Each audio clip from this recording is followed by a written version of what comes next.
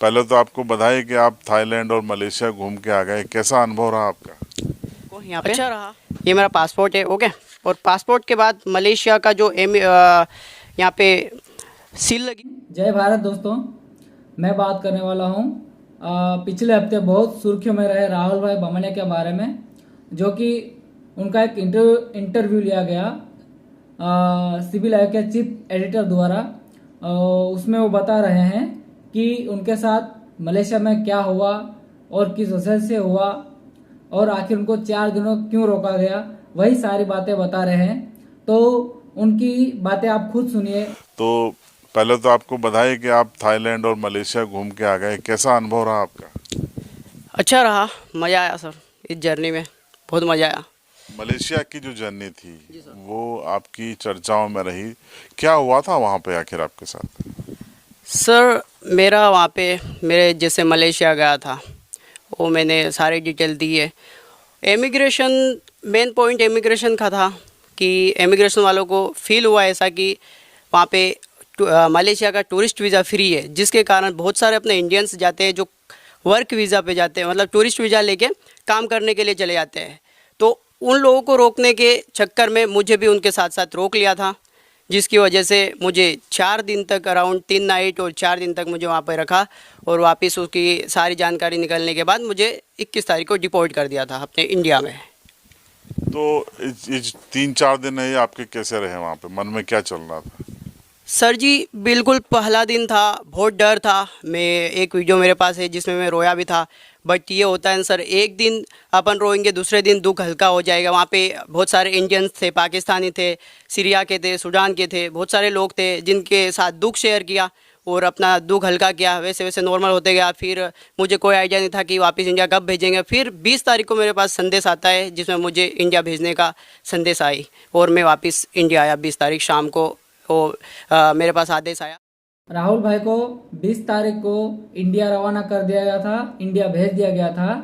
अब उनका next plan था थाईलैंड टूरिंग का, तो वो घर आने के बाद फिर थाईलैंड के लिए रवाना हो गए और थाईलैंड के बारे में बता रहे हैं और थाईलैंड टूरिंग के बारे में बता रहे हैं अगले वीडियो। शायद 22 को आप फिर थाईलैंड निकल गए थे। मैं सर निकला था 23 तारीख को थाईलैंड निकला था। तो तुरंत आपने एक बुरा अनुभव किया मलेशिया में और फिर एक फॉरेन कंट्री पे जाना, डर नहीं लग रहा था?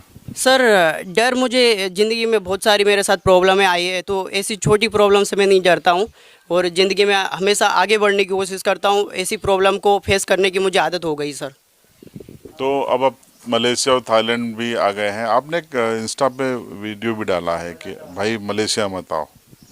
जी सर, मलेशिया में एक होता है ना सर, प्रॉब्लम की वजह से जैसे अपन ऐसी प्रॉब्लम फेस करते हैं तो एक दिल में वो ज़्यादा डर हो जाता है कि मलेशिया मत आओ।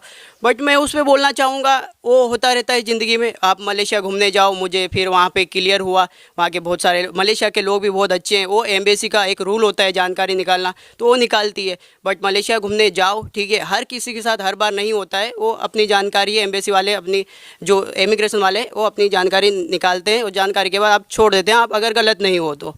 फिर अगला टूर कहाँ का होने वाला है आपका? इसके बाद इंटरनेशनली होगा सर। अभी मुझे कंफर्म नहीं बताऊंगा, बट चाइना हो सकता है या फिर कनाडा हो सकता है, कहीं का भी हो सकता है। बट ट्रेवल करूंगा, नहीं रुकूंगा, प्रॉब्लम का सामना करूंगा सर, ट्रेवल करता रहूँगा और ज़िंदगी में आगे बढ़ता रहूँगा। चलिए, बहुत बहुत बधाई, शुभकामनाएं। ये थे राहुल बामनिया, इंस्टाग्राम के चर्चित ब्लॉगर। हमने इसलिए इंटरव्यू लिया क्योंकि जो घटनाक्रम बीते हफ्ते हुआ था वो काफ़ी चर्चा में रहे थे।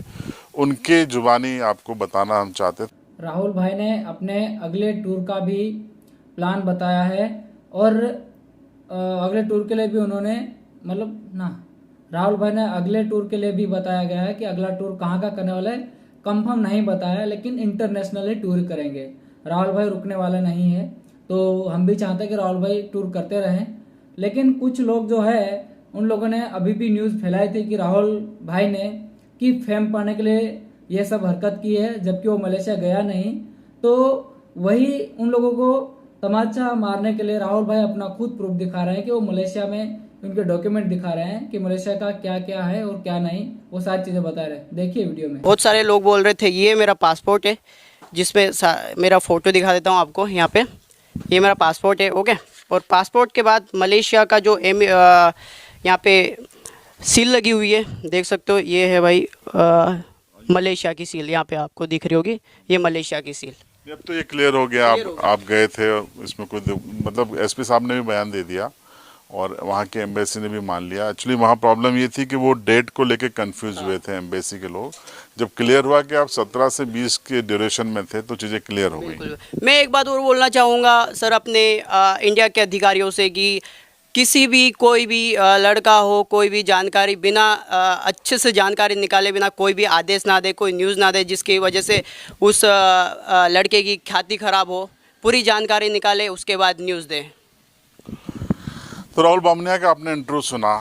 राहुल भाई ऐसे आगे बढ़ते रहें और हम लोग उनको सपोर्ट करते रहेंगे। और हमारे चैनल को भी सब्सक्राइब कर दीजिए और लाइक कर दीजिए और शेयर कीजिए अपने दोस्तों के साथ और हमें भी फॉलो कीजिए। Thank you.